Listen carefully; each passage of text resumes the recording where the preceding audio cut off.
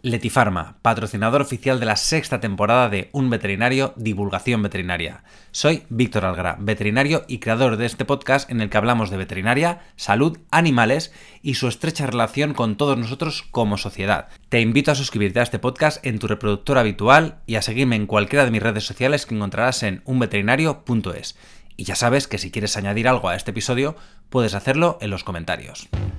La veterinaria se mueve, se está moviendo y parece que seguirá así un tiempecito para que se la escuche un poco más, porque los últimos cambios legislativos chocan de frente con la realidad profesional, nuestro ejercicio clínico y el código deontológico. Y todo esto nos afecta a nosotros, sí, pero también a los animales que nos acompañan por el camino. Bienvenidos a Un Veterinario, Divulgación Veterinaria, episodio 75. Medicamento veterinario con Delia Saleno. Hoy se viene al podcast Delia Saleno, veterinaria aquí en España, pero que se licenció en la Universidad Cluj-Napoca en Rumanía. A lo largo de su carrera ha combinado su actividad clínica con la docencia y la formación continuada, la actividad empresarial, los asuntos públicos y ha realizado también diversas publicaciones. Un camino largo y ancho, pero de todo ese gran camino, hoy nos vamos a quedar con que fue presidenta de CEVE, la Confederación Empresarial Veterinaria Española, organización que agrupa a una gran parte del sector y que nos invita a reflexionar, como dice ese proverbio africano, a que si quieres ir rápido, vayas solo, pero si quieres llegar lejos, vete acompañado. Presvet. Ahora esto lo conocemos todos más o menos o nos suena bastante, pero esto lleva gestándose ya un tiempo y Delia es una gran conocedora de todo ello, de las reivindicaciones previas, de la legislación europea, de la base del problema y bueno, en definitiva, de todo lo que nos explica que de aquellos barros, estos lodos. Vamos a conocerla. Con vuestras palabras, ¿quién es Delia Saleno? Cuéntame. Lo que igual más me caracteriza es ser veterinaria, porque esto es lo que llena toda mi vida en todas las facetas. Y siempre digo, así como persona, pues una persona nacida el siglo pasado, formada en el siglo pasado en una dictadura comunista y que ha pasado por un montón de adaptaciones, transiciones brutales postcomunistas y adaptarse a un nuevo país y después pues un libre mercado. Y igual lo que más me caracteriza pues es esto de ir analizando lo que hay alrededor y adaptándose lo mejor posible. E intentando cambiar algunas cosas que a priori parece que, bueno, que no están bien planteadas. Y de eso justamente es de lo que vamos a hablar hoy, porque ahora mismo está todo en boca de todos, Presvet. Y hay una parte como muy superficial que se ve mucho. Paramos. Hay una parte muy superficial que ya, bueno, que conocemos mucho y que a los veterinarios nos tiene muy molestos. De esto es de lo que hablé en un reel que subí a mi Instagram y a otras redes sociales, en el que intenté resumirlo de la mejor forma posible, pero eso sí, también de la forma más rápida que pude. Vamos con ello. ¿Qué es Presvet? Una puta. Es el sistema informático central del control de prescripciones veterinarias de antibióticos. Muy necesario el control de antibióticos. Sí, pero ¿esta es la mejor forma? Parece que no. La sensación entre los veterinarios es que hay por ahí arriba un señor que fuma en puro y tiene un despacho de ébano, precioso el despacho, y que le encanta pues escribir ahí muchos reales decretos, pero que es que no tiene ni idea de cómo funciona el día a día de una clínica veterinaria. Es que el papel lo aguanta todo. Algo que dice Presvet es que cada vez que queramos tratar con un antibiótico, pues que nada, que tenemos que rellenar nada, 2 campos muy sencillos, 2 minuticos, te los dejo aquí abajo. Sencillo. Así que si los tiempos de espera en tu clínica se incrementan o no tienen cita para atender a tu perro con pancreatitis ese día, es que tu veterinario a lo mejor está rellenando ahí un Excel para que se lo lea luego ahí el señor de arriba, el del puro. Bueno, sí se lo lee, porque a este señor lo que le gusta es cargar con burocracia a los que estamos ahí abajo trabajando para que luego sus becarios a final de año pues hagan unas gráficas chulísimas con colorines y todo. Bueno, que esto siempre queda precioso. Otra, ¿qué hay más? Parece que solamente podremos atender animales identificados con microchip. Aunque bueno, sobre esto tengo dudas, porque unos dicen que sí, otros dicen que no. Pero bueno, ante la incertidumbre, oye, mejor no pillarse los dedos, porque es que las multas pueden ser hasta de 1 millón de euros. Y claro, esto en cash no lo llevas. Ante todo esto, algunos veterinarios dicen, mira, yo dejo la clínica, que es que trabajar me puede salir carísimo. Además, Presvet nos ata de manos para prescribir lo que tu animal necesita. Sí, porque la burocracia va a pisar el criterio clínico. Así que a lo mejor algún día tu veterinario te tiene que decir, sí, tiene tratamiento. Es que no te lo puedo recetar. Y todo esto ofende a un colectivo que se siente ninguneado y tratado como si fuesen delincuentes a los que hay que sancionar para que no trabajen mal. ¡Ay, que te castigo! Esto es feo. Esto es muy feo. Y más cuando somos los primeros profesionales que intentamos garantizar un uso responsable de los medicamentos en animales. Esta falta de confianza en el colectivo veterinario habría que revisarla porque en todos los sitios cuecen habas y hay más profesionales de la salud y bueno, también tienen sus cosas, aunque no se les exige tanto. Que no diré yo que hay algunos médicos de humana y farmacéuticos que bueno, esto de las recetas pichí pichá, no, esto no lo digo yo, a mí esto me lo han contado. Así que si esto de Presvet te parece que no está bien planteado, te invito a firmar aquí para priorizar la práctica clínica sobre la burocracia. Y sí, priorizar a los veterinarios sobre los señores de despachos de ébano que fuman en puro. Ahora volvemos con Delia para ver toda esa profundidad del problema. Pero hay una gran base que es muy desconocida. Y en ese sentido, a mí me gustaría que nos hablases un poquito de dónde vienen los orígenes del problema que estamos viendo ahora los veterinarios. Muy alejados, ¿no? Los orígenes. Hay una parte que es la falta de presencia de la voz de la veterinaria en las negociaciones con la administración, negociaciones políticas. Y cuando hablo de voz, del que está a pie de cañón. Está representado por las estructuras colegiales, como siempre, pero a lo largo de esta década que me he dedicado un poco a asuntos públicos, dando voz y un poco de cuerpo al sector veterinario, vamos a decir, siempre nos meten en empresarial, pero bueno, al final es todo el sector veterinario, no el sector productivo. Me he dado cuenta que muchas veces los mensajes que llegan no son tan cercanas a la realidad y a la necesidad. Te refieres a los mensajes que llegan allí arriba, ¿verdad? A la administración, sí. Entonces, estos males, y claro, siempre estamos los veterinarios, no tengo tiempo. Y el no tengo tiempo, pues después nos hace perder mucho tiempo en burocracia absurda y ese es uno de los ejemplos, ¿no? Y ahora, pues, si hablamos directamente de este Real Decreto y del Reglamento Europeo y del Presvet, voy a un poco intentar poner un poco de orden, ¿no? Venga, vamos a por ello. Cuando se aprobó el reglamento europeo, por allá por 2019, nosotros lo vimos, lo empezamos a estudiar y nos dimos cuenta que decía que se tenía que adaptar un poco la legislación nacional para preservar el mercado único y ir todos hacia el mercado único. Y que hablaba mucho del veterinario y habla de venta, suministro, dispensación como prácticamente sinónimos. Cuando vamos a la legislación nacional como que encuentra definiciones diferentes y estas incompatibilidades, cosa que en la legislación europea no están recogidas y de hecho 18 de los países de la Unión Europea da venta o suministro, dispensación o como lo queramos nombrar, la da exclusivamente del medicamento veterinario al profesional veterinario. 18 de los 27 países. Después hay 5 países que es tanto el veterinario como el farmacéutico. Y solo 2 quedan, antes habían 4, pero ahora quedan solo 2, España e Italia, que lo prohíbe al veterinario, lo da todo al farmacéutico, pero Italia... Cuidado, que Italia ha cambiado algo el año pasado y le permite al veterinario suministrar el tratamiento completo a sus pacientes. Cosa que el Real Decreto 666 no. Y no solo esto, sino que nos restringe muchísimo incluso la prescripción. Eso muy interesante lo que dices, porque uno de los discursos es que es algo que se dicta desde Europa, pero por lo que dices es verdad que el dictado de Europa cada país lo está interpretando de forma diferente y en España es donde se está interpretando de una forma que perjudica más a los pacientes que tenemos en nuestra clínica diaria. Claro, nosotros con esto en 2019 empezamos a ver que, aquí puede ser que haya una brecha que podamos arreglar esto y que ya tengamos las mismas competencias que otros países, porque simplemente por justicia, es que siempre nos meten el interés económico y no me voy a meter ahí entre el interés económico de los farmacéuticos, porque supongo que también habrá un interés económico detrás de cualquier venta y es legítimo que cada uno se gane la vida, ¿no? Pero es un tema de equiparar competencias. Es que los veterinarios que trabajamos en España no somos ni más malvados ni menos competentes que nuestros compañeros de otros países.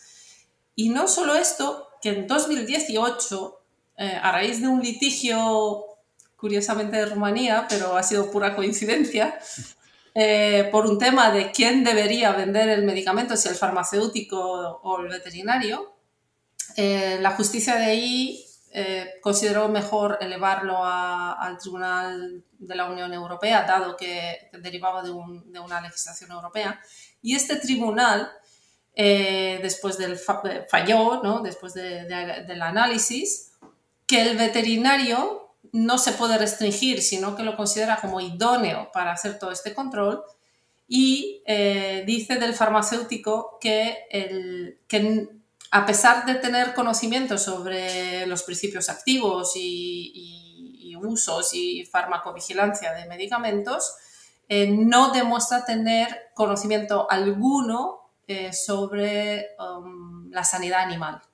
Y por lo tanto fallaba que restringir esta venta controlada por los veterinarios es una medida que el Estado miembro pues, puede implementarla perfectamente. Siguiendo, aquí te voy a decir, porque es verdad que mucha gente al otro lado estará pensando, pero por esta cascada de prescripción hay que separar la prescripción de la dispensación, hay que separar la prescripción de la dispensación. Y muchos compañeros farmacéuticos, si lo están escuchando, dirán, esto está mal, ¿por qué hay que separarlo? ¿Cuál es la razón por la que diríamos que en este caso tantos países europeos se posicionan diciendo que esa dispensación la tienen que hacer los veterinarios? O sea, ¿cuál sería ese argumento de peso a transmitir a quien no lo ve así? Porque este lema que nos lo han metido hace 30 años no existe en otros países, solo en España. Que el que prescribe no dispensa. Es que esto es una cosa nuestra, nacional, pura y dura. El resto pues no tienen esta no sé, vamos a decir, frase en la legislación o esta incompatibilidad. De hecho, por el mercado único, hay una directiva de 2006, creo, ahí me pierdo un poco, pero creo que es 2006, 123 y creo que es de 2006, del mercado único, que habla sobre en base a qué se puede restringir el mercado único, ¿no? Y ahí es verdad que contempla por la salud pública y no contempla ningún sitio que puede ser por otros tipos de incompatibilidad, por interés económico o por otras causas, simplemente por velar por la salud pública. Pero claro, si tenemos una sentencia europea que nos dice que el idóneo es el veterinario y que el farmacéutico no demuestra, pues ¿cómo le vas a restringir exactamente al que más entiende de esto? Es que claro, esto va en contra de los postulados europeos. Aquí sí que es verdad que esas sentencias que hasta donde yo sé sí que dicen que, bueno, que es verdad que los farmacéuticos son los grandes profesionales que entienden mucho de medicamentos, pero por lo que dice esta sentencia, que yo digo más o menos lo que he leído, que realmente ellos saben mucho de medicamentos, pero en el tema de medicamento veterinario sí que no hay nada en su formación que diga que saben más que los veterinarios. Y sí que por remarcar esto de la prescripción-dispensación, sí que es verdad que a día de hoy el sistema que tenemos en España no permite que esto se haga de forma fluida, y lo que estamos viendo a día de hoy es que, aunque nosotros intentemos prescribir, muchas veces esos medicamentos no están en las farmacias, tardan en llegar, sobran muchas pastillas. Entonces parece que todo eso que se está persiguiendo realmente está generando más problemas de los que está solucionando. Sí, bueno, si vamos al derecho europeo, de verdad, es que vamos a hacer aquí una charla jurídica. Hay una directiva. Dale ahí, da las directivas. Una directiva de 2001, la directiva 82, y mira que os lo voy a leer, ¿vale? Venga. ¿Vale? Dice, los Estados miembros tomarán todas las medidas necesarias para que nadie posee o tenga bajo su control medicamentos veterinarios, y muchas cosas lo quito, al menos que tenga una autorización expresa expedida con arreglo por la legislación del Estado miembro. Es decir, esto que tenemos que prescribir una caja entera de 100 comprimidos y que se use 5 y otros de 95 se queden en los botiquines caseros, pues a mi entender va en contra de esta directiva, porque los Estados miembros tienen que velar que nadie posee o tenga bajo su control medicamento veterinario. Por lo tanto, lo suyo es que el veterinario, si el paciente necesita 7 pastillas, pues que le dé 7 pastillas en la consulta. Es que cuando vamos a la legislación europea parece que solo se han leído el artículo 57.d, donde dice que los Estados miembros tienen que transmitir a la Unión Europea, ojo, la venta y el uso, no la prescripción, la venta del medicamento. Y con todo también algo que a mí me ha llegado un poco, que la sensación es que solamente se puede prescribir según el registro del medicamento, aunque haya una evidencia científica que diga que ese medicamento se puede dar en otra especie. La sensación que hay un poco entre los veterinarios es que, bueno, que alguien desde fuera nos tiene que decir cómo trabajar, porque nosotros no sabemos. Y es verdad que esto es una falta de confianza, vamos, yo lo veo claramente. ¿Por qué hay esa insistencia en controlar tanto a los clínicos veterinarios cuando son profesionales sanitarios y hay otros profesionales sanitarios a los que ese control brilla por su ausencia? ¿Qué pasa con esto? ¿Cuál puede ser la motivación? ¿El por qué? Pues creo que habría que preguntar al que redactó el texto directamente, ¿vale? Pero aquí pues hay sospecha de que los intereses son otros, no del profesional veterinario y probablemente tampoco el profesional farmacéutico. Si te digo la verdad, hoy mismo he tenido una farmacéutica cabreada en mi consulta que está harta de la burocracia detrás del medicamento veterinario. Y ahora mismo que decimos, hay tanta legislación, hay tanta historia, tanta burocracia, también nos impiden realizar un correcto ejercicio profesional en base a nuestro código ético, en base a la evidencia científica, siempre según prospecto y no te salgas de este carrilito. Y vemos todos dentro de la veterinaria una sensación de hastío, de hartazgo, de basta ya, de esto se acabó, pero ¿quién nos representa? ¿Quién asesora este tipo de decisiones? ¿Cuáles son las voces veterinarias que deberían estar en estos círculos donde nos llegamos los clínicos diciendo, oye, que esto no es así? ¿Quiénes son estas personas que deberían estar y por ahora parece que no aparecen? A ver, normalmente cuando se crea una ley y por transparencia y si tú quieres hacer una ley que se adapte a la necesidad real del país y de la sociedad, normalmente se consulta a los sectores implicados. ¿Quiénes son? Pues representantes de los profesionales, si existen colegios profesionales. En nuestro caso sí existe colegiación obligatoria, por lo tanto los colegios profesionales, y de los agentes sociales. Los agentes sociales son patronales y sindicatos. Normalmente estos son a los que se debe consultar. A ver, que después le hagan caso o no, bueno. Y después, a partir de ahí, se puede consultar cualquier sociedad científica, cualquier asociación o cualquier experto en la materia que podría aportar cuando hay algunas dudas sobre ciertos aspectos más técnicos, ¿vale? Uh-huh. ¿Qué ha pasado en este caso? Os lo digo, desde 2019 estamos detrás de esto porque sabíamos que en 2022 entraba en vigor el reglamento europeo que chocaba con la legislación española y ahí nos iba a crear un problemón de inseguridad jurídica porque hoy o cumples una ley o incumples la otra o incumples el código deontológico si te ponen unas medidas absurdas, cosa que nosotros no lo sabíamos, lo intuíamos pero no sabíamos el texto del 666, no lo conocimos hasta su publicación, porque en este caso con la patronal de los servicios veterinarios, es decir, con CEBE, no se contó en ninguna reunión. Nosotros pedimos reuniones y yo sí estuve sentada en el despacho de la Dirección General de Sanidad Animal. Si os digo la verdad, una reunión bastante desagradable en ese momento, porque me encontré una persona que jamás me estaba mirando, no me dejaba terminar ninguna frase y continuamente le respondía y miraba al vicepresidente que tenía al lado. Yo me sentí súper incómoda en esta reunión, sinceramente. Después tuvimos una reunión online de la que no hemos sacado demasiado en claro y tampoco se ha escuchado. Nosotros presentamos alegaciones porque hay que entender cómo funciona la legislación, ¿no? Cuando se quiere crear un texto, se hace una consulta pública previa, sin texto alguno, sino que se plantea que se va a redactar una ley por esta necesidad, por la otra, en este sentido, o porque tiene que adaptarse a una normativa superior, o porque tiene que desarrollar otra normativa, etc. Entonces, toda esta justificación está publicada normalmente en la página del ministerio que le corresponde legislar. Curiosamente, aquí no se ha legislado Agricultura, pero el medicamento como tal es competencia de Sanidad. Pero se las han pasado a Agricultura porque no quieren meterse en este follón. Es como una competencia más bien transferida, sobre todo en animal de compañía, que no está tan claro que en una dirección general para sanidad animal de producción puede caber muy bien un animal de compañía.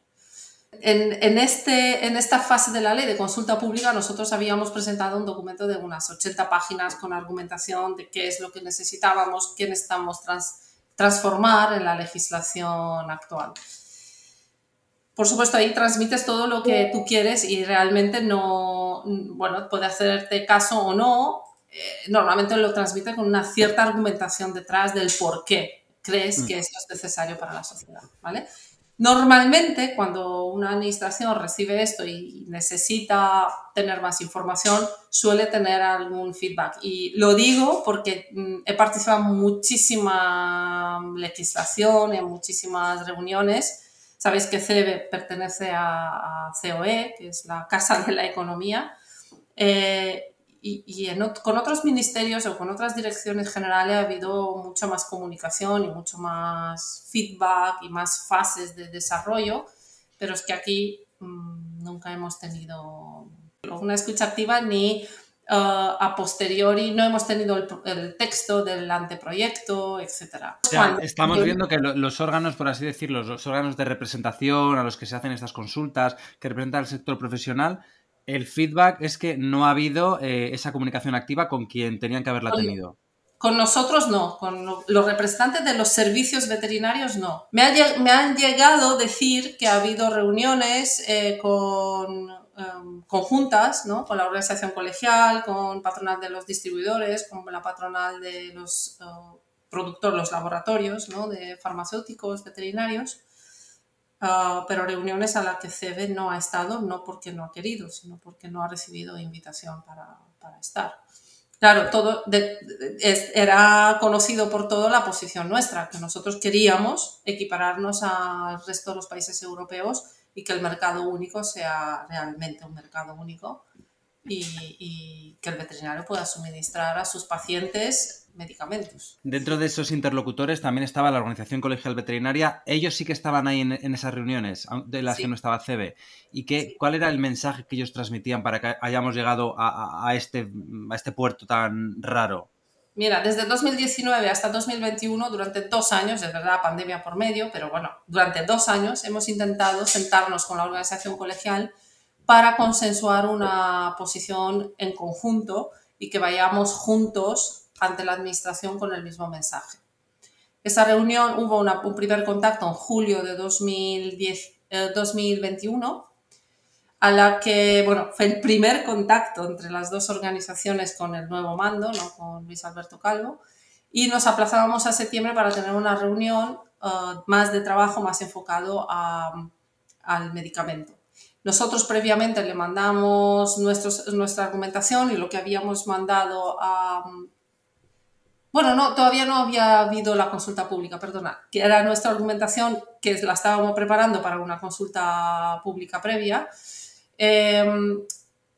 Y ellos no nos mandaron nada, no quisieron mandarnos nada. Hubo esta reunión y en esta reunión nos dijo que ellos no estaban por la labor, que si nosotros éramos, pero así tal cual, si éramos tan legítimos y tan agentes sociales con los que tiene que contar el ministerio, que vayamos al ministerio a preguntar la posición de la organización colegial, pero tal cual. O sea, que me está diciendo que dentro de los que deberían remar en esa misma dirección había barcos que remaban en direcciones que quizás no llegaban al mismo sitio. Sí, no hubo entendimiento y ellos nos dijeron que no estaban de acuerdo para nada que el veterinario venda medicamento o dispense medicamento, ni siquiera suministre a sus pacientes. Y me dijeron tal cual, tanto la organización colegial como después hemos intentado tener unas reuniones con colegios provinciales, que no hemos conseguido con todos, pero con algunos sí.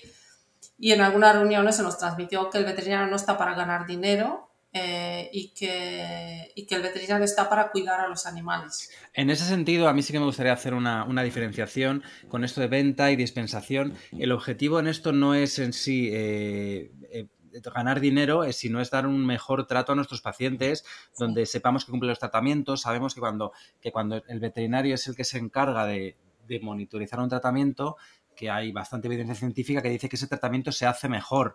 Hay muchos que, pues no le he dado, o te llegan, me han sobrado media pastilla, y dice, pero si no le tenía que sobrar, o el martes se ha acabado con todo, y dice, pero te di hasta el viernes. Es verdad que hay una parte que si no es el veterinario el que termina un poco ese tratamiento, no se sabe lo que está pasando. O con pacientes crónicos, hipertensos, que a lo mejor llevan con medicación 2 años y no saben ni lo que está pasando ahí. Entonces, bueno, que no es tanto por la venta, sino por mejorar esa actividad clínica. Sí, en realidad nosotros no estábamos ahí, no estábamos peleándolo por tanta ganancia, porque sabemos que en realidad, a pesar de que el precio del medicamento veterinario es más alto que si comparas con uno de humana, pero es por otros factores, ¿no? de producción o de volumen de producción, en realidad no es tanto la ganancia, sino la seguridad jurídica en la que nosotros podamos trabajar como empresa de servicios veterinarios y la calidad del servicio que podemos ofrecer a nuestros pacientes. Y todo esto, claro, tiene repercusión directa en la salud animal y en la satisfacción del profesional que trabaja, pero también en la salud pública, porque nosotros enseguida que hacemos los controles del animal, que vemos que no le ha dado la medicación como corresponde, o que, como dices, que le ha sobrado o que se los ha dado más rápido, como le damos un tiempo corto de medicación, podemos corregirlo muy rápido, o que no ha funcionado la medicación, la podemos cambiar enseguida. Y no hablamos solo de antibióticos, hablamos de cualquier medicación, porque en esto es todo el medicamento metido, ¿no? Y nuestra lucha era por esto, no solo por orgullos profesionales o por unos intereses económicos que alguien puede pensar que son desmesurados, para nada. Vamos a decir, el medicamento veterinario en cómputo de toda la industria farmacéutica es un 5%. Y el medicamento del animal de compañía es un 1%. Entonces es que no hablamos de unas ganancias desmesuradas. Incluso el reglamento europeo, que volvemos a esto, en su justificación de hacer esta normativa, dice que el medicamento de uso humano y el medicamento veterinario tienen realidades muy diferentes y por lo tanto a nivel legislativo necesita unas reglamentaciones diferentes. ¿Y por qué? Porque cuesta mucho la inversión, cuesta mucho sacar moléculas en el mercado justamente porque tiene una rentabilidad mucho más baja que el medicamento de humana. Es lo que lo pone en el reglamento europeo. Por lo tanto, no es que lo digamos tú o yo, ¿no? Sino que la administración sí que conoce esta realidad. Y hablando de realidades y conocimiento, ¿tú crees que la información de lo que sucede dentro de los despachos es de dominio público? No siempre, y no siempre se puede, porque se puede malinterpretar, pero sí que es verdad que debería haber mucha más transparencia. Creo que nadie del sector conoce cuáles han sido las alegaciones del Consejo ante este texto. Yo, mira que estaba ahí metida, no los conozco. No consigo, no sé, ¿alguien los conoce? ¿Los ha transmitido al sector? Las alegaciones, a ver si me he enterado yo, las alegaciones de lo que dice el Consejo sobre todo esto no son públicas. No los han hecho públicos. Y ellos son los que representan al sector veterinario. No, ellos representan a la profesión veterinaria. Los que representan el sector veterinario es la Confederación Empresarial. Es decir, la actividad económica la representa la Confederación Empresarial, CEBE. O sea que la profesión veterinaria, al profesional como tal, lo representa la organización colegial. Las competencias, es que a lo que vamos a lo económico y a lo laboral y a la seguridad jurídica en la actividad profesional es de CEBE. ¿En dónde tiene que ir la organización colegial? En las competencias que sus colegiados tienen. Entonces, mi pregunta es, para ver si me aclaro yo con esto, que las alegaciones frente a todos estos problemas que están haciendo los que nos representan, bueno, como veterinarios, no son públicas, no las sabemos. No sabemos qué es lo que nos están diciendo al respecto. No los han publicado. Igual se le debería pedir, para saber lo que han puesto. Lo que nosotros, bueno, en aquella reunión, nosotros hicimos un acta de esa reunión, se la mandamos y de ahí nos quedaba clarísimo que ellos no estaban de acuerdo que el veterinario venda, dispensa, suministre medicamento, no querían ir en conjunto con nosotros, solo estaban lo mismo, que cedan la medicación lo justo y necesario, que es lo que se ha recogido en el Real Decreto. Y en tema antibiótico en su momento ni se habló porque desconocíamos, la verdad, que nos iban a meter en este berenjenal, porque en el reglamento europeo no estaba, es que esto no está metido. Que la organización colegial debería ser transparente con sus colegiados. Efectivamente, que al final son los que hacen razón de ser, ¿no? Los que pagan sus cuotas, parte de esas cuotas de colegiados que todos pagamos, hay una parte que va a esa organización colegial veterinaria y como tales deberían defender los derechos, ¿no? de los que pagamos estas cuotas. No sé si os acordáis de aquella campaña del manifiesto veterinario y de la página medicamentoveterinario.org, de aquella recogida de firmas de otoño de 2021, precisamente fue impulsada por esta negativa de tener la posición de la organización colegial y por aquella reunión que nos dijo que ellos no estaban por la labor, que ellos como mucho pues luchaban por el cuarto canal, es decir, las pipetas que se venden en supermercados que las podíamos vender nosotros también. ¿Y qué estamos consideradas clínicas veterinarias? ¿Somos centros sanitarios? Pues no. No somos centros sanitarios. No lo somos y de hecho ha habido una explicación hace no tanto, en este otoño, por parte del Ministerio a una petición desde el Congreso. En la Ley General de Sanidad, creo que es la Ley 30 de 86, si no recuerdo mal, sí que están recogidos como establecimientos sanitarios. Pero esta ley no se ha desarrollado nunca y no hay una legislación nacional que la desarrolle. Y después cada comunidad autónoma los ha encajado por donde bien ha sabido o como mejor le han ido. En algunos sitios están como núcleos zoológicos, en otros como cuadras. Ya, que no está estandarizado todo. Te voy a hacer unas preguntas cortas. Una que te quiero preguntar es, ¿debe el sector privado asumir una carga burocrática de esta manera, sin poder decir nada para defenderse? No, por supuesto que no. Es que esto resta productividad, porque si antes hacíamos una consulta en 15 minutos incluida la receta, pues ahora nos dobla más o menos el tiempo de trabajo por cada receta que emitimos o por cada tratamiento que aplicamos. Por lo tanto, si antes podíamos hacer, no sé, 20 visitas, pues ahora en el mismo tiempo hacemos 10. Y esto pues eleva la rentabilidad, ¿no? La productividad también. Y por otro lado, nos crea inseguridad jurídica, porque si cumples una normativa, incumples a la otra, o cumples una normativa e incumples el código ontológico, Hacienda opina una cosa, farmacia otra, y por lo tanto así no se puede trabajar, es inasumible esta inseguridad jurídica. ¿Y tienen alguna forma los veterinarios cuando se habla de esas consultas públicas, tienen alguna forma los veterinarios de transmitir su opinión con respecto a estas cosas o no pueden hacerlo más allá de sus órganos de representación? Mira, en las consultas públicas, tanto las previas como las de los anteproyectos, cualquier ciudadano puede transmitir cualquier cosa que se le ocurra. Lo que pasa es si le va a hacer o no le va a hacer caso. Por supuesto, cuando vas en representación de un gran número, de la mayoría del sector, o bueno, en el caso de las organizaciones patronales, representan el sector, no a sus socios. Hablan en nombre de todo el sector. Está así la legislación. Además, por lo tanto, cuando vas con esta carga, también es una responsabilidad que hables en nombre de todos, pues tienen que hacerte más caso o puedes conseguir que te hagan más caso. Por supuesto, si tú pides una cosa ilegal o una cosa absurda, pues no te van a hacer caso. Pero tampoco tienen que justificarse si la recogen o no la recogen. Van a hacer lo que consideren, ¿no? A veces más acertado o menos acertado, o con más o menos interés, no lo sé. Pero por supuesto, si vas de uno en uno, caso. Poco caso. Ya yendo de muchos en muchos también poco caso, así que imagino que todavía menos.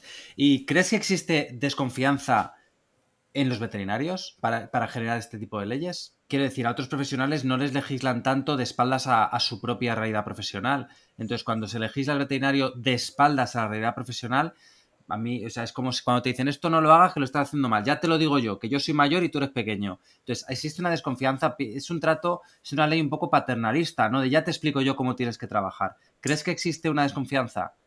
Es que en este sector ha pasado esto de manera histórica y yo creo que más bien hay una inacción aprendida. El veterinario ha dicho que para qué voy a luchar porque total no me van a escuchar. Y no es verdad, no es verdad. Lo único que no hemos sido tan unidos, no hemos sido organizados, hemos dejado descansar todo en manos de la organización colegial y desgraciadamente no ha trabajado tan a favor de cuidar las competencias y que aumente cada vez más las competencias o proteger a sus colegiados. Y todos tenemos esta sensación, no es que la diga yo, todos tenemos esta sensación y además yo lo he visto en primera persona cuando he tenido que reunirme y en este asunto en concreto del medicamento que no quisieron saber nada en ese momento.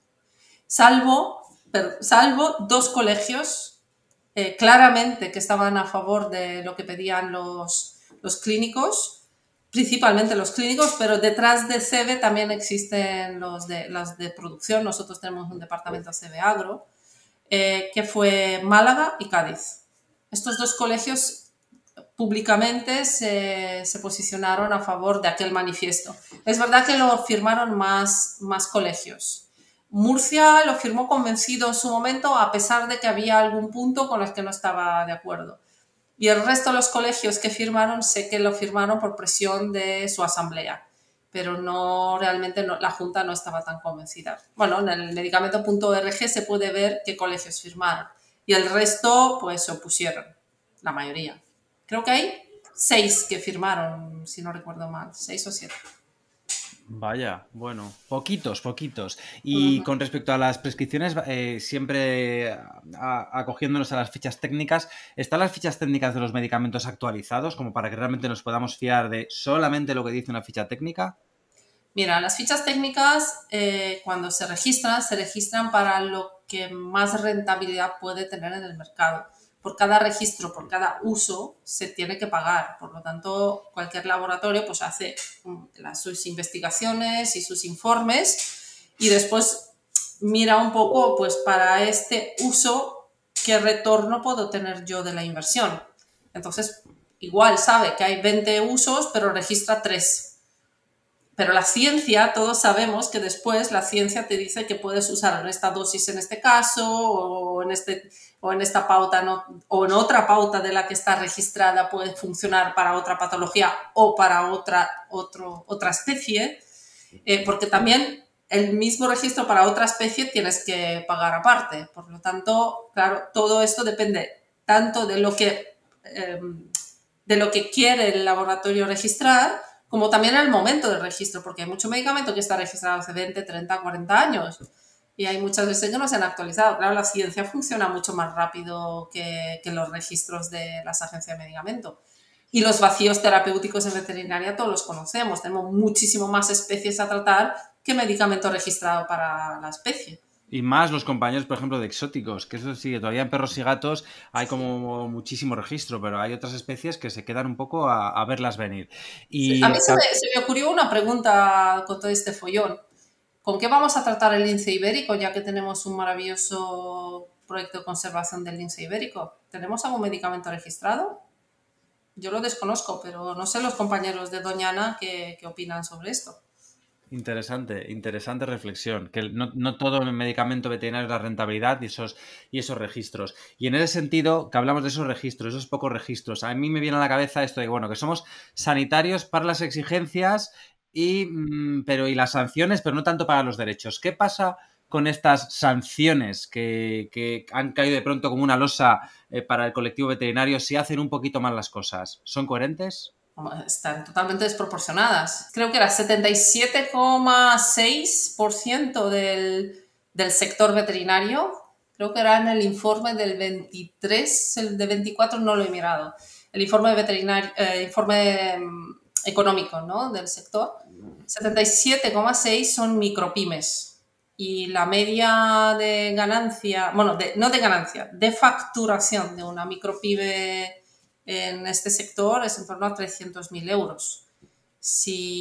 De facturación, no de ganancia, ¿vale? No de beneficio. Sí, que ahí nos ha pagado sueldos, alquileres, luz, Sí, medicamentos, fármacos. No se ha pagado claro, nada. el beneficio con suerte, si lo haces bien y muy, muy, muy, muy bien, puede estar en torno a 5 o 7%. Si piensas en esto, ¿cómo alguien puede pensar que en cualquier receta que hace cada día le puede caer 1,2 millones de euros de multa? Es Es que alucinante. ¿Y pueden existir motivaciones económicas para este tipo de leyes? O sea, que parece que no son. Que hay algo que se nos escapa, algún tipo de motivación que no llegamos a entender. ¿Puede ser esta motivación económica? yo creo que no hace falta buscar mucho si lo puedes justificar por ignorancia. No lo sé, no lo sé. Yo creo que realmente es ignorancia absoluta de lo que significa la veterinaria clínica. Además, en esto, mira, recuerdo el cabreo de un compañero que se estaba presentando a oposiciones, que llevaba 20 años trabajando en clínica y le puntuó 0 la experiencia en clínica veterinaria para opositar para la administración. Es decir, si Cero. hubiera 0, porque le decían que esto no iba con el temario. La experiencia clínica no va con el temario. En la clínica no vemos zoonosis, no hacemos salud pública, no hacemos One Health, no identificamos animales. No, es 0. Es decir, si tú trabajas, con todo el respeto para cualquier profesión, pero no sé, si tú trabajas como camarero o cartero o lo que sea, te puntúa lo mismo que si llevas a la administración una experiencia clínica. Por lo tanto, es que están súper alejados no sé, de producción, de clínica, de la realidad no sé, de clínica equina. La clínica equina es que es otro mundo, ¿no? Que está ahí Y entre dos entonces, caballos, vamos a decirlo. y el sentir dentro, porque hay muchísimos veterinarios trabajando día a día, haciendo funciones fundamentales en la administración, ¿sabemos o hay un sentir general de lo que opinan ellos al respecto? A mí me han llegado de todo. Algunos me han dicho que apoyan mucho, que tenemos toda la razón. Hay otros que me han dicho que no tenemos ni idea, que esto viene desde Europa, y ya hemos visto que la interpretación desde Europa no es del todo así, pero ¿sabemos un poco qué se siente la administración con todo este tipo de medidas que nos acaban de caer al sector? No, aún no. No tenemos mucho, bueno, no tenemos feedback de lo que siente la administración, pero ya os digo que CEBE está pidiendo reuniones con el ministerio. ¿Cuándo las va a tener? No lo sé. ¿Y qué pasa con los compañeros de grandes animales, los ganaderos? Que ellos sí que lo llevan ya unos años con esto instaurado. Es verdad que yo personalmente no lo sabía, no conocía su realidad. Mea culpa no haberme enterado en aquel momento. Pero ¿cuál es el sentir general ahora cuando ven, bueno, que parece que todo está permeando también al resto de sectores? Bueno, yo un poco tengo el feedback de lo que he leído en la prensa. No tengo ahora, ya sabes, llevo un año y pico fuera de la estructura de CEBE. Sí, tengo contacto con CEBE un poco por el asesoramiento y por la continuidad del trabajo, sobre todo en este del medicamento, porque claro, fue un trabajo que llevé a la espalda varios años. Eh, pero no la conozco directamente, ¿no? Y precisamente también hace una semana perdimos al vicepresidente que se encargaba de CB Agro, falleció. Así que en este campo estamos ahora un poco más débiles porque bueno, fue después de bastante enfermedad, ¿no? Pero lo que he leído por ahí, pues están igual de cabreados y mosqueados. Yo conocía esta realidad en su momento porque nos las transmitió toda la problemática que tenían y cómo estaban atados, pero que no tenían... Ellos no tuvieron tanta voz y a lo mejor como son, vamos a decir, van de finca en finca, son menos visibles a la sociedad, ¿no? Nosotros, los de pequeños animales, vamos a decir que tenemos un poco de suerte de la visibilidad que tenemos a la sociedad y la cercanía diaria que tenemos con el público. Y a lo mejor por eso tenemos un poco más fuerza mediática, ¿no? Para poder transmitirlo. Pero que esto lo están sufriendo hace tiempo y hay mucho cabreo. Y no nos olvidemos que en el campo la mayoría de los profesionales tienen más de 55 años y no tienen reemplazo. Todas estas trabas burocráticas a lo que conduce es a fuga de cerebros y abandono los egresados no quieren trabajar en este sector. Un abandono brutal de los profesionales, una pérdida de talento. Nos cuesta muchísimo retener el talento en el sector y con esto pues que van a tardar en irse a otros países a trabajar. Y de hecho todo ese hastío que comentas ha acabado cristalizando en una manifestación que tuvo lugar en Barcelona, los cierres que tuvieron lugar también el 11 de febrero, bueno, que fue un poco esto a nivel nacional. No sé si todo lo organizado que debería haber sido o si se optimizó esa visibilidad, pero más allá de eso ya hay acciones que van surgiendo y me gustaría saber si hay más acciones previstas, si la gente está un poco todavía diciendo esto no acaba aquí, esto no puede seguir, también un poco tu sensación o lo que te ha llegado a ti. Sí que hay más acciones previstas y es verdad que todas estas acciones han salido como espontáneas, ¿no? De cabreo de un veterinario que se ha hartado y ha pedido una manifestación, otros bastante cabreados en Málaga que dijeron nosotros cerramos la clínica, no sé, algunos una hora, otros un día, otros una mañana, fue un poco diferente, pero a la que se sumaron rapidísimo centros de todo el país. Y de lo que se ha tratado, la verdad que mucha gente intentó decir no, pero esto no sirve para nada, bla, bla, bla. Yo creo que sí que ayudó a visibilizar el problema, a hacer una conciencia en la sociedad y también decir, la población, entender que es un problema de ellos. No, esto no es un problema veterinario. Este es un problema de la sociedad, es un problema de los que tienen a las mascotas en sus casas, que no las podremos tratar, que en ciertas situaciones, si tienen una antibioresistencia importante o que conviva con un paciente crónico o un paciente que ha salido de un quirófano o UCI humana y tienen una infección con una bacteria multiresistente y sabemos que ha habido casos de infección en perros y gatos con estas bacterias, pues resulta que a estos animales nos atan y nos prohíbe tratarlos. ¿Esto es una buena medida de salud pública? ¿Qué hacemos con este animal? ¿Lo dejamos con esta infección que siga viviendo dentro de la casa? Esto es un riesgo muy grande para la salud pública. Y tampoco se invierte lo suficiente y no hay dinero para estudiar estos tipos de infecciones cruzadas o estos traspasos de estos animales o de personas a estos animales y el papel que pueden jugar como reservorio. Es que no lo conocemos. Cuando hablamos de One Health, no es solo reunirse no sé cuántas veces al año en el PRAN, los de humana para la humana, los de veterinaria para la veterinaria. Esto no es gestión One Health. Tengo que recetar ciertos antibióticos y solo con un cultivo previo. Vale, me pregunto, de una pancreatitis, ¿cómo voy a hacer un cultivo? ¿Qué voy a recoger para hacer el cultivo? El otro día tuve un caso de prostatitis y todos sabemos que en la prostatitis la barrera prostática la traspasa las quinolonas. Las quinolonas no la puedo recetar sin hacer el cultivo. ¿Qué recojo? No es tan fácil recoger líquidos prostáticos.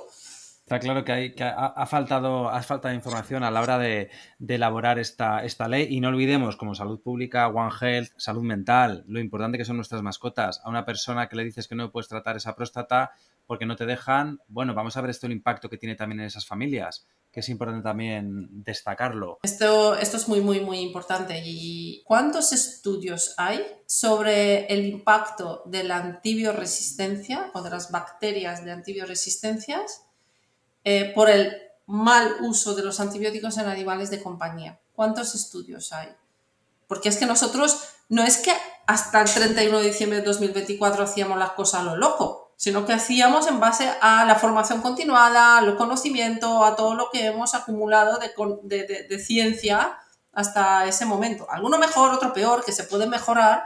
Como en todas partes, siempre hay buenos y malos profesionales y tampoco somos, no somos todos los veterinarios buenos, ni todos los médicos buenos, ni malos todos. Exacto. Hay buenos y malos en todas partes, sí. pero que me ponga todas estas trabas burocráticas para un mercado de antibiótico que significa 0,08% de todo el mercado farmacéutico y que otros campos que sabemos que se usa pues con criterios médicos, que no digo que lo usan mal, ni bien, ni nada, no voy a valorar. Pero no voy a poder controlar la antibioresistencia por controlar 0,08% del mercado, mientras el resto se hace pues en base a criterios médicos y no se pone la misma burocracia, que yo no quiero la misma burocracia, porque sinceramente yo no entiendo estos campos que nos están pidiendo para qué les sirve, para unas bolitas estadísticas, para dar charlas, no sé para qué lo necesitan. Pero por otro lado, que tengamos que hacer la receta y que el remanente de la caja queda en los botiquines caseros que después llegan a medio ambiente y a través de la basura o no, porque si le ha costado tanto una caja de medicamento, dudo mucho que la van a tirar y se la va a tomar el vecino de enfrente la próxima vez o en la próxima edición de una patología que nada tiene que ver, ¿no? A mí me vino uno que empezó ya a una consulta ya que había empezado el tratamiento. Es que tenía en casa ya empezado a dar una cosa que tenía de la otra vez y yo, pues esta vez no le habría hecho falta. Ya has empezado. ¿Y ahora qué hacemos? Sí. Claro. Ese remanente no ayuda. Y pública también, ¿no? Y claro, y después si tú le dices no puedo tratar a tu animal, tiene una infección que no la puedo tratar, o que no, económicamente no se puede permitir, además de todo el tratamiento, la caja que tiene que comprar entera, no sé qué, un cultivo. Económicamente hay mucha gente que no se lo puede permitir. Entonces, ¿qué le digo? Y esto también es salud pública. Son determinantes de la salud. Todo esto lo que estamos hablando. Vamos a jugar a las cajitas para explicar lo siguiente. Hay gente muy ordenada que sabe dónde tiene las cosas en su casa cuando las tiene que buscar. Por ejemplo, si tienes un cajón con tornillos y otro con especias, pues mira, cuando quieras aderezar un guiso, no irás al cajón de los tornillos. Y por supuesto, si estás haciendo algo de, yo qué sé, de carpintería, pues el perejil no te va a servir de mucho. ¿Qué pasa cuando necesitas una especia en concreto y la has metido en el cajón de los tornillos? Pues que cuando vas a cocinar el guiso, pues te sale mal, porque te faltan ingredientes que sí que tienes, pero que es que tú te piensas que no, y pues se te acaba olvidando que los tienes por ahí en otro sitio. Esto es algo parecido a lo que pasa con la veterinaria, que no está donde tiene que estar, y aunque sea necesaria para hacer todos estos guisos, pues bueno, todos parece que se olvidan de ella. Vamos a escuchar a Delia. Las clínicas veterinarias hacen un trabajo clínico, hacen un trabajo sanitario, nosotros lo sabemos, pero para la ley no estamos ahí como dentro de ese cajón de sanitarios.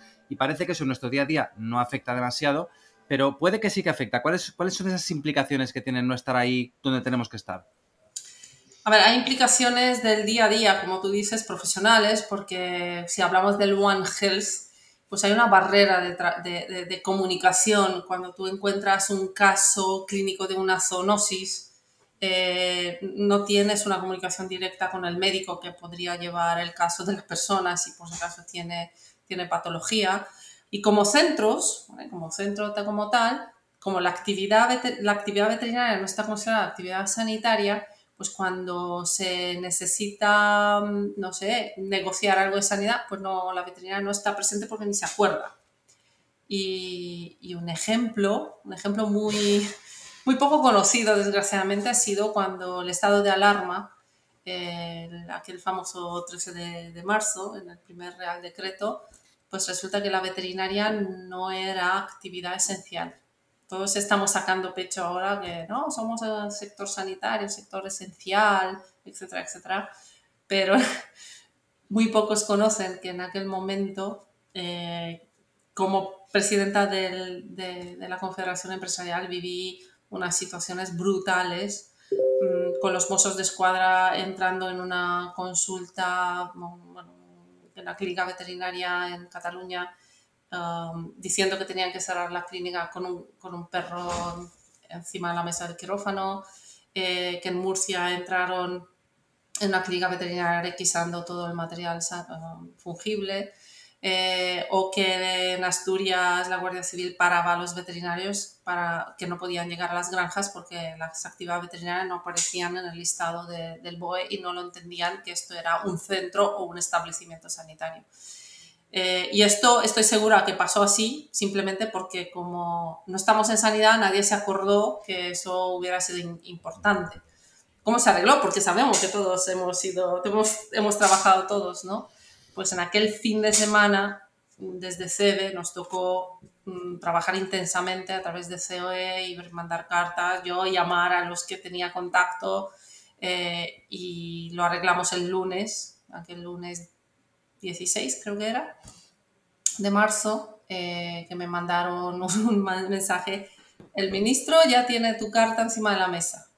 Y luego, pues hablando con el ministerio, pues le expliqué, ¿no? Que si el veterinario no iba a llegar a la granja, pues iba a dejar de comer España en 3-4 días. Que si el veterinario clínico no podría trabajar, les recordaba que estábamos en una pandemia de origen animal, que no sabíamos qué implicación iba a tener en los animales y que si iban a pasar la infección. En aquel momento se hablaba de los hurones, los felinos, no lo tenía muy claro si iban a tener algún papel como reservorio o como posible sitio o puente para unas cepas, una recomendación de sí. Y que podían aparecer cepas más agresivas, ¿no? Y también en ese momento recordé, porque lo habíamos transmitido una semana antes desde CEBE, porque es importante tener una voz, que era muy importante que el perro saliera a la calle, porque era un problema de higiene y un problema sanitario importante, para que el perro no hiciera las necesidades en el comedor, porque el perro no iba a ir al váter. Y si hubiéramos estado encerrados 2-3 meses, yo en ese momento ya hablaba con ellos de meses y me dijeron, no, 2 semanas. Digo, mira, soy veterinaria, a mí no me cuentes chistes. Yo sé que esto no se va a arreglar en 2 semanas. Por lo tanto, al no ser considerado centro sanitario, establecimiento sanitario con todas las de la ley y no estar perteneciendo a las estructuras sanitarias, pues no fuimos en primer momento sector esencial, tuvimos que pelearlo. Esto 1. 2, al no estar ahí tampoco se participó en todos los comités ni autonómicos ni nacionales que podían haber habido o asesoramientos, porque claro, éramos un sector que no estaba y tampoco se le esperaba, ¿no? Por lo tanto, esto tiene muchas implicaciones, no es solo el orgullo profesional que somos sanitarios y que lo guapos que somos, ¿no? Y que no los creemos, sino que esto tiene implicación profunda. Interesantísimo. Más allá de que abramos y cerramos los cierres de nuestras clínicas, ¿dónde deberíamos estar y por qué? Ya estamos llegando al final y como siempre a estas alturas del episodio le pedí a Delia que nos dejase un pequeño mensaje que pudiese englobar todo esto de lo que hemos estado hablando durante este episodio. Este minutito de oro, ¿no? Ese cierre final, dices, si alguien escucha solamente este trozo del episodio, ¿qué mensaje queremos dejarles? Todo tuyo. Creo que lo más importante es que se escuche la voz de este sector. Este sector tiene mucho que contar, tiene mucho que aportar. El veterinario está aquí para trabajar para la salud pública, sin lugar a duda, y lo hace a través de la salud animal, por supuesto, pero por todas las interacciones que la salud animal, el medio ambiente y la interacción con el ser humano, y no solo por el alimento, sino también en contacto directo con los animales, todo esto tiene implicaciones en el bienestar y en la salud de las personas. Y creo que no se le puede tratar, o no es justo que se le trate de esta manera, que se le cargue con una burocracia absurda, ni que sea ignorado o que sea el eterno ausente de la sanidad.